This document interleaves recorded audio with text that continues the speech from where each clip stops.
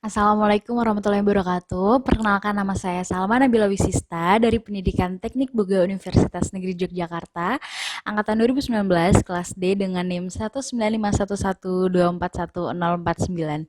Kali ini saya akan presentasikan jurnal yang telah saya pelajari yang berjudul Pengaruh Probiotik, Prebiotik, dan Simbiotik pada Kesehatan Manusia yang ditulis oleh Paulina Markowiak dan Katarzyna Slizewska. Pada slide ini telah dipaparkan, nantinya kita akan membahas tentang pengaruhnya kesehatan pada manusia dari probiotik, prebiotik, dan simbiotik. Yang pertama adalah probiotik. Probiotik itu berasal dari bahasa Yunani yang artinya seumur hidup. Bisa dilihat dari pengertian probiotik selalu berkembang dari tahun ke tahun. Mulai dari tahun 65 oleh Lilly dan Stilwell mengatakan bahwa probiotik sebagai mikroorganisme yang merangsang pertumbuhan mikroorganisme lain. Sampai tahun 2002, menurut FAO dan WHO mengatakan bahwa probiotik adalah strain hidup mikroorganisme yang dipilih secara ketat yang bila diberikan dalam jumlah yang memadai memberikan kesehatan bagi inang. Sumber-sumber probiotik adalah kebanyakan makanan fermentasi seperti kimchi, pickles, yogurt, dan masih banyak contoh lainnya. Kemudian kriteria dan persyaratan seleksi. Kriteria dan persyaratan seleksi untuk strain probiotik harus memenuhi 3 kriteria. Yang pertama adalah segi keamanan. Keamanan suatu strain ditentukan oleh asalnya, tidak boleh ada hubungannya dengan kultur patogen dan profil resistensi probiotik. Kedua adalah dari segi fungsional. Aspek ini tuh menentukan kelangsungan hidup mereka di saluran pencernaan dan efek imunomodulatornya. Dan yang ketiga adalah dari segi teknologi, yang berarti mereka harus bertahan dan mempertahankan propertinya selama proses penyimpanan dan distribusi probiotik, juga harus mendokumentasikan efek pro kesehatan yang konsisten dengan karakteristik strain yang ada dalam produk yang dipasarkan. Mikroorganisme probiotik. Jadi sebagian besar dari mikroorganisme probiotik itu diambil dari genus Lactobacillus, Bifidobacterium, Lactococcus, Streptococcus, dan Enterococcus. Produk probiotik mungkin dapat mengandung satu atau lebih strain mikroba yang terpilih. Dasar menguntungkan probiotik melibatkan 4 mekanisme. Nah, efek menguntungkan yang utama dari probiotik ini adalah efek pada perkembangan mikrobiota yang menghuni organisme dengan cara memastikan keseimbangan yang tepat antara patogen dengan bakteri yang diperlukan untuk fungsi normal organisme. 4 mekanisme ini dapat dilihat dalam slide. 2 mekanisme pertama ini secara langsung terkait dengan efeknya pada mikroorganisme lain. Kemampuan strain probiotik untuk berkumpul bersama dapat menyebabkan pembentukan penghalang pelindung yang mencegah bakteri patogen dari kolonisasi epitel. Jadi bakteri probiotik ini dapat menempel di sel epitel sehingga menghalangi patogen. Selain itu, adesi mikroorganisme probiotik ke sel epitel dapat memicu kaskade persinyalan yang mengarah ke modulasi imunologi.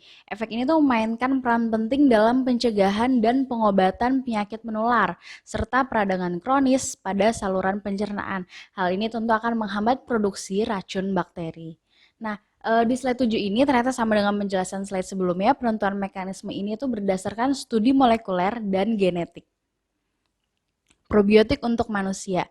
Manfaat probiotik untuk manusia adalah membantu mengobati kondisi inflamasi internal.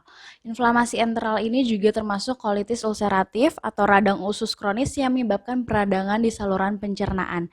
Penyakit Crohn, radang usus kronis juga yang mempengaruhi lapisan saluran pencernaan.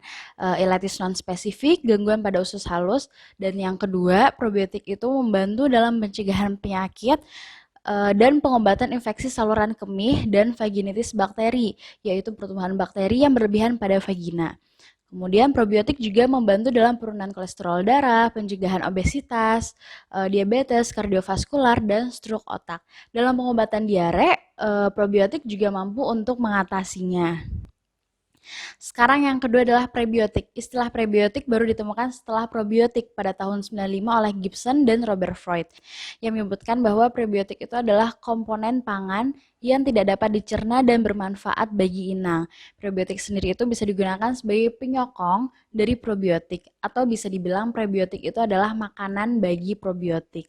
Contoh dari prebiotik ini adalah buah-buahan, sayur-sayuran, dan serealia. Kriteria seleksi prebiotik. Terdapat 5 kriteria dasar klasifikasi komponen pangan. Kriteria pertama mengasumsikan bahwa prebiotik tidak dapat dicerna atau bisa dicerna sebagian di bagian atas saluran pencernaan. Akibatnya, prebiotik itu mencapai usus besar yang langsung difermentasi oleh bakteri yang berpotensi untuk menguntungkan. Stimulasi selektif pertumbuhan dan aktivitas bakteri usus berpotensi terasosiasi dengan perlindungan kesehatan. Kriteria terakhir dari klasifikasi mengasumsikan bahwa prebiotik harus mampu bertahan pada kondisi pengolahan pangan dan tetap tidak boleh berubah tergradasi. Prebiotik itu tidak berubah secara kimiawi dan tersedia untuk metabolisme bakteri di usus. Zat prebiotik. Kriteria yang paling menjanjikan untuk klasifikasi zat prebiotik berdasarkan jumlah monomer yang terikat bersama adalah oligosakarida. Di antaranya yaitu fructooligosaccharides, galactooligosaccharides, isomaltooligosaccharides, silooligosaccharides, transgalactosaccharides, dan soybean oligosaccharide. Dapat dilihat di gambar contoh-contoh dari oligosaccharid ini beserta sumbernya. Mekanisme kerja prebiotik. Mekanisme efek menguntungkan dari prebiotik pada fungsi imunologi di sini masih belum jelas. Beberapa model yang mungkin telah diusulkan ada 5. Yang pertama, enzim mampu mengatur aksi enzim lipogenik hati, produksi SCFA meningkatkan ketersediaan berbagai gen untuk faktor transkripsi, modulasi produksi musin, FOS, dan beberapa prebiotik lainnya meningkatkan jumlah limfosit dan leukosit di jaringan limfoid, dan peningkatan sekresi IgA oleh GALT dapat merangsang fungsi fagositik makrofag intrainflamasi. Kemudian prebiotik untuk manusia. Prebiotik di sini dapat digunakan untuk mencegah kanker usus besar, mencegah karsinogenesis atau proses pembentukan kanker, perawatan karies gigi, membantu melawan mikroorganisme patogen, menurunkan kadar LDL, dan stimulasi sistem imunologi. Kemudian suplementasi inulin dan oligosfruktosa dengan dosis 5-15% berpengaruh pada kejadian kanker payudara pada tikus. Namun untuk manusia belum dikonfirmasi hasilnya. Yang ketiga adalah simbiotik.